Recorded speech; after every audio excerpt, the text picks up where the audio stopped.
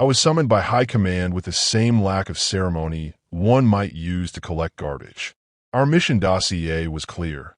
Investigate a primitive bipedal species inhabiting Sector Blue 3, locally referred to as Earth. Primitive, yes, though the official phrase was culturally stagnant mammalians prone to recreational self-destruction.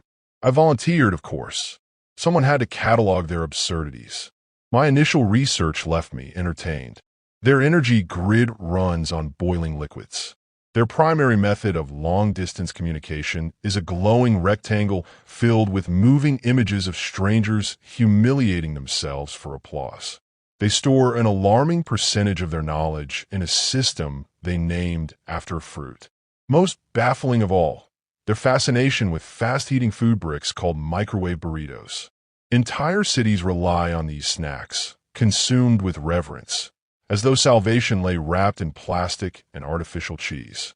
I nearly choked on my air supply when I learned they possess a ritual called reality television, where they stage conflict, record it, and then watch it again for pleasure. Humans, to summarize, were not simply primitive. They were comedic. It was for this reason that our team expected the mission to be routine. I commanded a reconnaissance unit, 3 of our best analysts, 2 security operatives, and myself as narrator, observer, and reluctant babysitter. We had studied thousands of species across 8 galaxies, dissected their myths, sampled their food, mapped their weaknesses. None had prepared us for Earth. Not because Earth was advanced, but because Earth was so laughably not. And yet, beneath the humor was one detail that unsettled me. Every cultural archive, every dataset we reviewed, was saturated with depictions of violence, not ritualized or symbolic, but personal. They adored weaponry. They wrote songs about explosions, carved statues of soldiers, and whispered names like talismans. Spartans, samurai, commandos, snipers.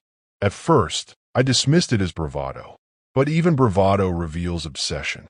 Our survey protocols required live specimens. We located one easily on the northern continent, wandering a wilderness preserve. A male, mid-30s, resting near a riverbank with a fire and a metal container of heated beans. His clothing suggested solitude. Thick boots, camouflage fabric, a hat pulled low. There was nothing remarkable in his movements, except perhaps the stillness. He sat as though waiting for something, though there was nothing there but the sky. We debated briefly whether to capture him. The others recommended a younger subject, perhaps one distracted by handheld devices. I insisted otherwise. This one radiated calm, and calmness often conceals insight. Besides, his isolation meant no witnesses. The decision was mine to make, and I declared him ideal. The abduction was flawless. Our stasis field enveloped him without resistance. He dropped his metal container, beans spilling into the fire, and collapsed silently. We lifted him through the shimmer of our portal, carried him to the vessel, and secured him within the examination chamber. I remember remarking then, half joking, that he was docile, like a sedated farm animal. Our medic laughed. Our security chief relaxed. It was a rare moment of levity in our work. And then I saw his eyes. Even in paralysis, when his limbs lay locked and his breathing slowed, his eyes were not afraid. They tracked us. They weighed us. Muscles frozen, yes, but the gaze moved with intention, sharp as a blade hidden beneath cloth. I noted it, and I dismissed it. After all, our technology had subdued solar storms and collapsing stars. What could one biped do? We began our protocols. Vital signs steady. Neural patterns ordinary. His heart rate elevated slightly, which pleased us. Fear was expected. Fear meant control. We cataloged his belongings. A knife, a length of cord, a box of tiny metal cylinders. Ammunition, we assumed. Inefficient, outdated, laughable. Humans still used chemical propulsion for projectiles, a technology so ancient our archives carried it as children's trivia. One of my analysts remarked, "Imagine attempting galactic conquest with thundersticks." We all agreed. The subject, meanwhile, simply watched. His pupils dilated when our scanners hovered near him, but no other reaction. He blinked once, twice, as though testing whether he could still command his own body. When he realized he could not, his eyes narrowed. Not in panic, in calculation. I addressed the team with the confidence of one who has never yet been proven wrong. "We will learn little here," I said. "This human is unremarkable, save for unusual stillness. Document him, then prepare the next acquisition. Perhaps a female, one immersed in their ritual called TikTok. Their dances may reveal mating patterns." The analysts chuckled. It was then, precisely then, that I noticed the faintest curve of his mouth. His lips twitched upward in a restrained smile, as if he had overheard a private joke. Impossible, of course, because our language is not theirs. Yet the timing unsettled me. I dismissed the unease with arrogance.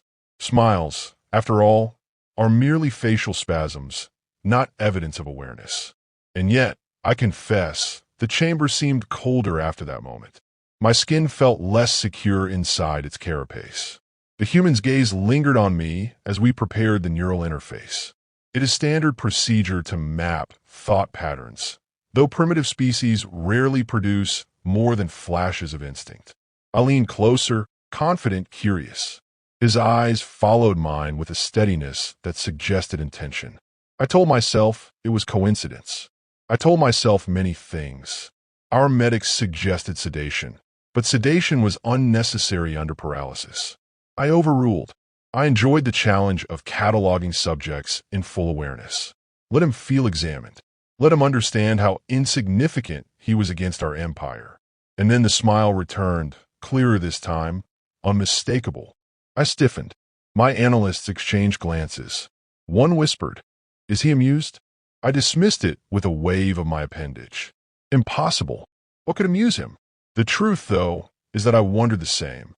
He had been torn from his world, stripped of movement, surrounded by beings beyond his comprehension. Yet instead of terror, he radiated quiet amusement, as though we were the ones on display. I forced myself to laugh, to break the silence. Record this anomaly. Humans may use smiling as a stress response. Nothing more. But even as I spoke, his eyes locked with mine. And in those unblinking seconds, I felt something I had not felt in centuries of conquest. I felt studied. The chamber lights flickered briefly, though I told myself it was coincidence. We resumed the scans, but my certainty had fractured. He lay motionless, yet somehow he was not the one contained. We were, and so ended our first encounter with a human. A simple capture, a routine examination, an insignificant specimen, except that nothing about him felt routine. Nothing about his gaze was insignificant. I concluded my log with one final observation, the words etched in unease I tried not to reveal to the others. He looked at us, and though his body was frozen, his eyes smiled. That was inconvenient. The human should not have awakened so soon. Our paralysis field has been perfected over centuries, tested against predators whose very existence defies logic, creatures that feed on plasma storms, parasites that chew through asteroid holes. None of them ever stirred under its hold. And yet this one, this biped wrapped in cloth and carbon fiber, opened his eyes again. Not sluggishly, not with confusion, but with deliberate purpose. He shifted his head, blinked once, and then sat upright as though he had merely taken a short nap. My analysts recoiled, horrified. One of the security operatives reached for his weapon. I raised a hand to stop them. Panic would only humiliate us further, and humiliation was already dripping from the air like condensation. "Curious," I said, attempting nonchalance. "The field must have degraded." A lie, obviously. The field never degrades. He looked at me then, really looked, and the sensation was akin to being dissected. His face betrayed nothing but calm. His lips parted, and we braced ourselves for the inevitable outburst of terror. Screams, questions, pleading. What emerged instead was a simple phrase spoken in a level voice. "So, who's in charge?" My mind blanked. The audacity of the tone, the steadiness of the words, struck harder than any scream could have. This was no plea. This was a negotiation. He surveyed the chamber as though he were the host of this gathering rather than our specimen. His eyes flicked to the medic, then the analyst, then the security detail. Finally, he returned to me. You're the commander, aren't you? You got the posture. And you too. He gestured slightly with his chin, for his arms still hung heavy with residual stasis. You're the muscle. Medics always fidget with their hands. He exhaled, not a sigh, more a satisfied exhalation of deduction. Funny, you look just like my old team. The silence that followed was not dignified. It was suffocating. Coincidence, I said sharply. He is guessing. Humans guess often. They base entire political systems on it. Yet my voice cracked, and I hated myself for it. The man's mouth tilted into that same small, knowing smile.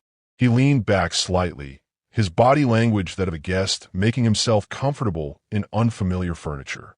Nice ship, he murmured. Gravity plating's a bit uneven, though. Feels like the left side pulls harder than the right. One analyst whispered, he cannot know that. Another hissed, do not speak, you fool. I forced a laugh. He is bluffing. They watch too much fiction. Their entire civilization is built upon. How do they phrase it? Netflix. This is merely mimicry. The man ignored me. Instead, he looked toward the viewport where the faint curve of Earth shimmered below. He tilted his head thoughtfully. Not bad. Pretty ride you got here. I counted 12 control panels on the way up. The medic stiffened. Impossible. He was unconscious. But he shook his head casually. Not the whole way. You should work on your sedatives. Never quite knocked me out.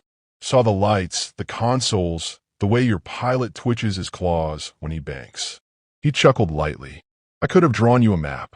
The sound of his laugh unsettled me more than screams would have. Fear would have been normal. But humor?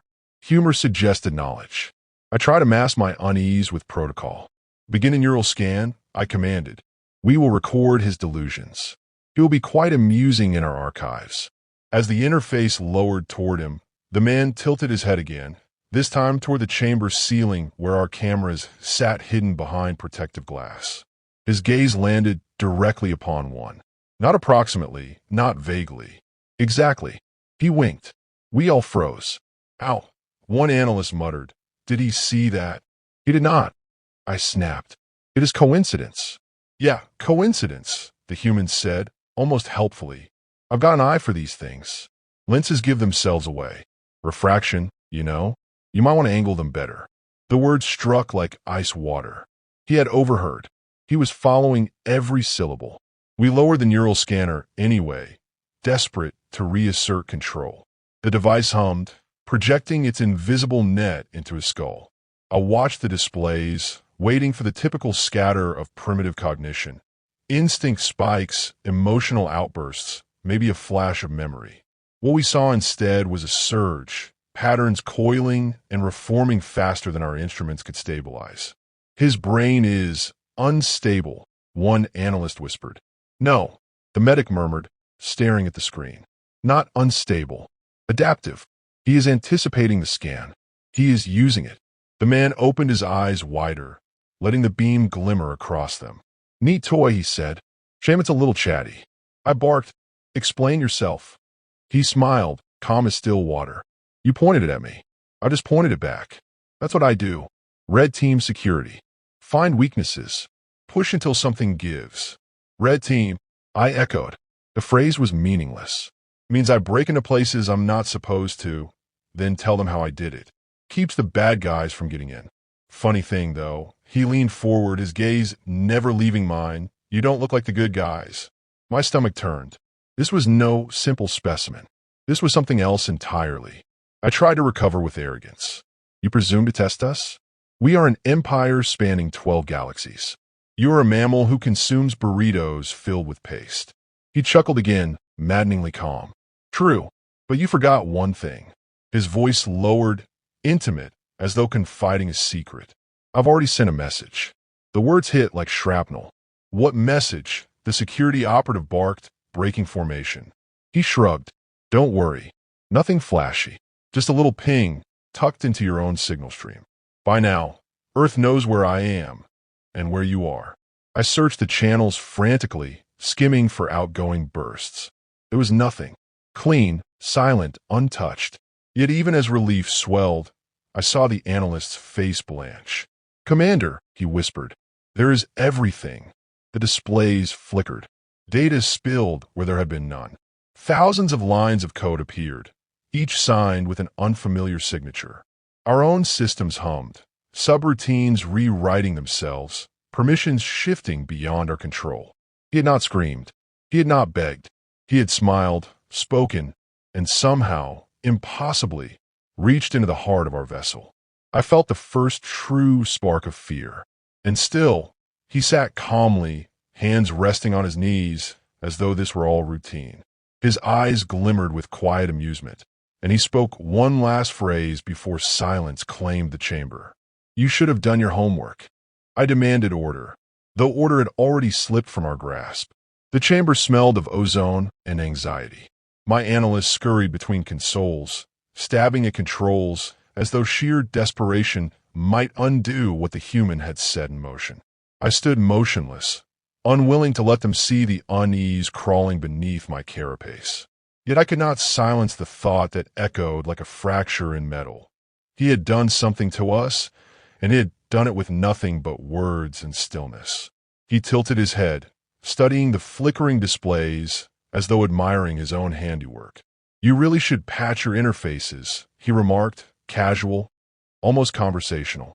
"That neural scanner of yours leaks like a sieve.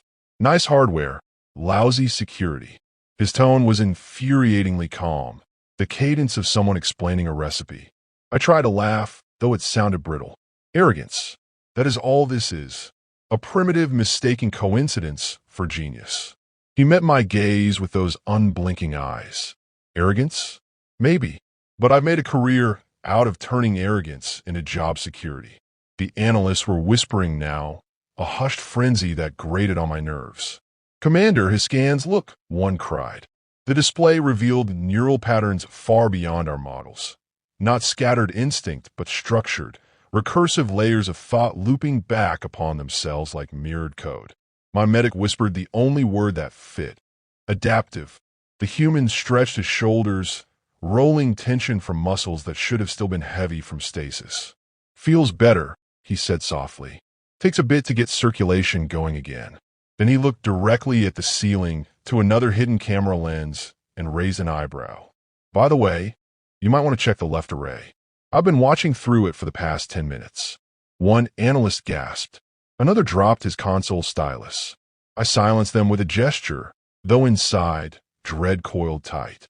"Explain," I demanded. His smile widened just slightly, maddeningly restrained. "You scanned me, Commander. You shined your fancy beam through my brain, and in the process, you left a bridge. You thought you were pulling information, but I was pulling too. Impossible.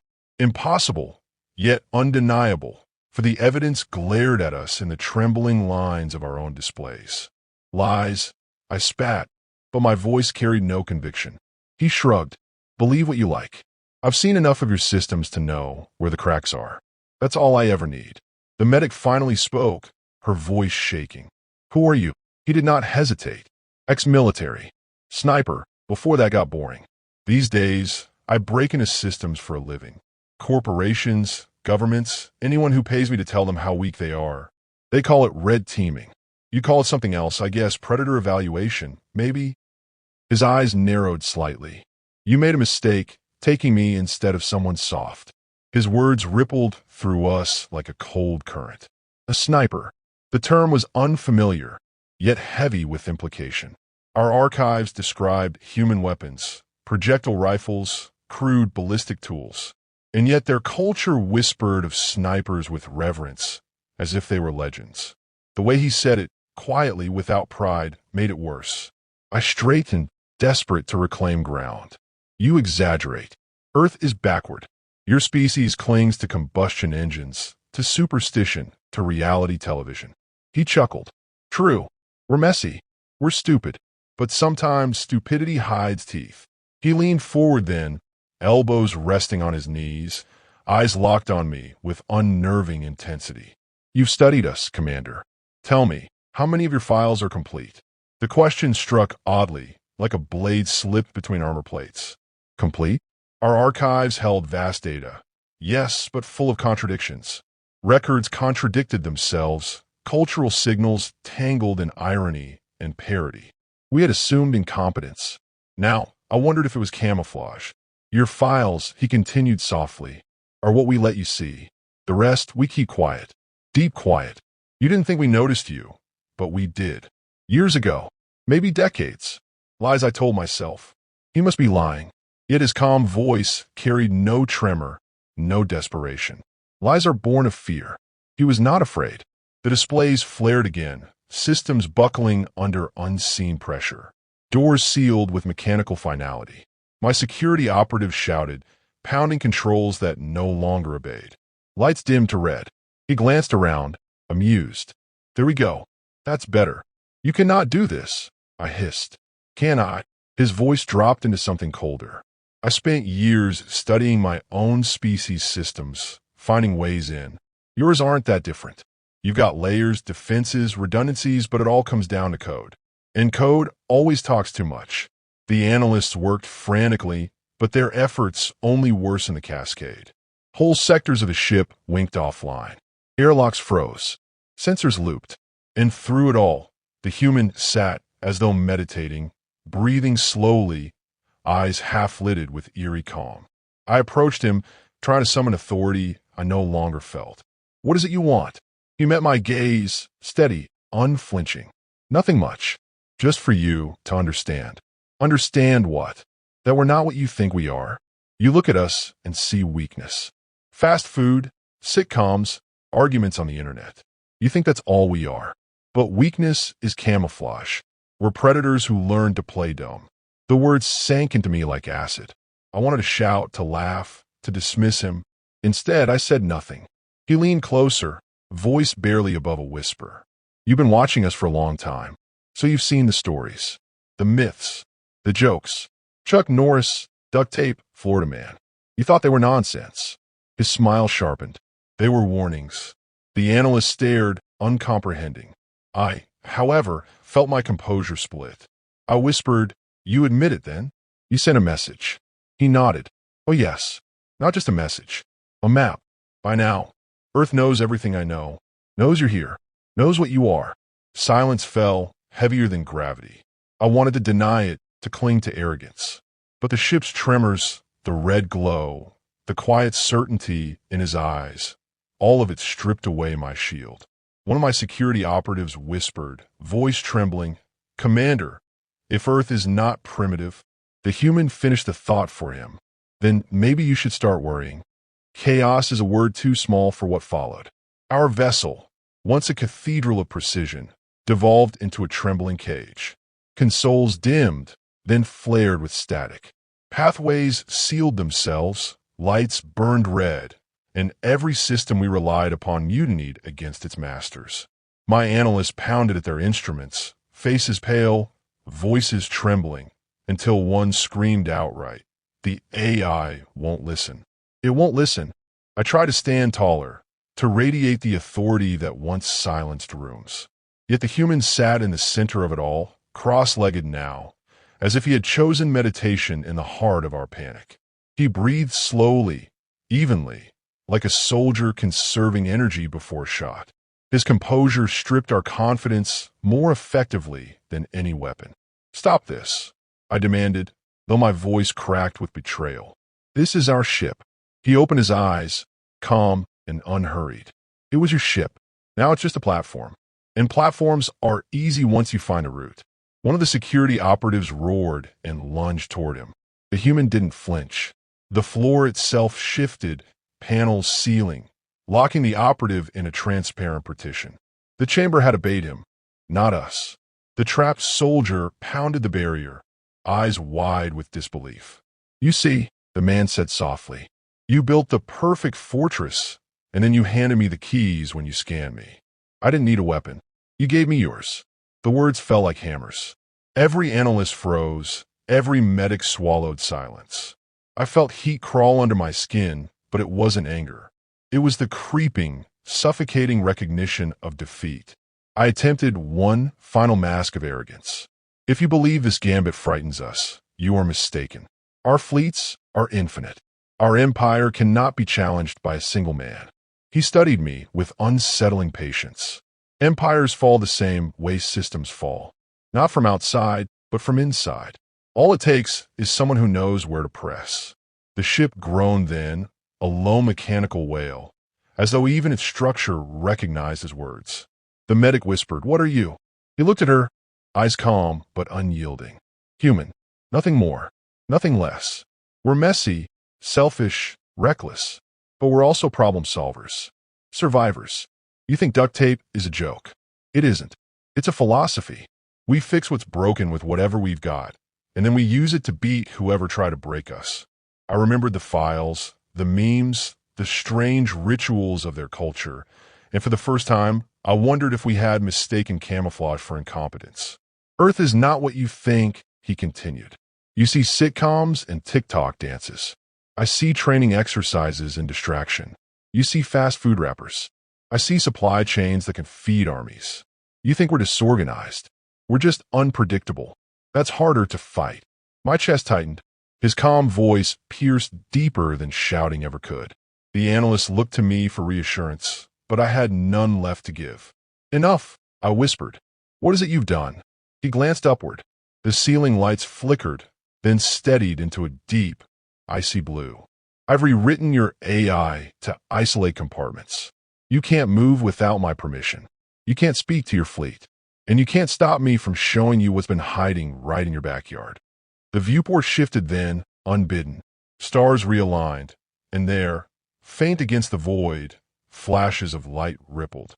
Not stars, not debris, satellites cloaked until this moment. Hundreds, maybe thousands, hanging like hunters in the dark. "Impossible," one analyst gasped. "We scoured their orbit." "You scoured what we let you see," the human replied. "We've been watching you longer than you've been laughing at us. You thought we were primitives with gasoline engines. Truth is, we've been waiting for you to show yourselves. And now you have." The chamber fell silent, save for the hum of systems that no longer belonged to us. I stared at him, desperate for weakness. Why reveal this now? Why not let us continue believing the illusion? His gaze was colder than before, stripped of humor. Because sometimes the illusion has to break. You needed to learn the cost of underestimating us. You took me because I was alone by a fire. You thought I was prey, but predators wait by fires too. The partition released the trapped security operative, but the man didn't move. None of US did. We all understood that movement meant nothing anymore. I swallowed hard, my throat dry, my arrogance hollow. For centuries, we had believed ourselves untouchable. Now, here sat a man who had dismantled that belief with nothing but observation, patience, and a smile. "What happens now?" I asked, though I already feared the answer. He stood finally, stretching with deliberate calm. His boots thudded softly on the metal floor, each step echoing louder than artillery. He walked to the viewport, gazing out at Earth, its blues and greens glimmering in the void. "Now," he said, "you leave.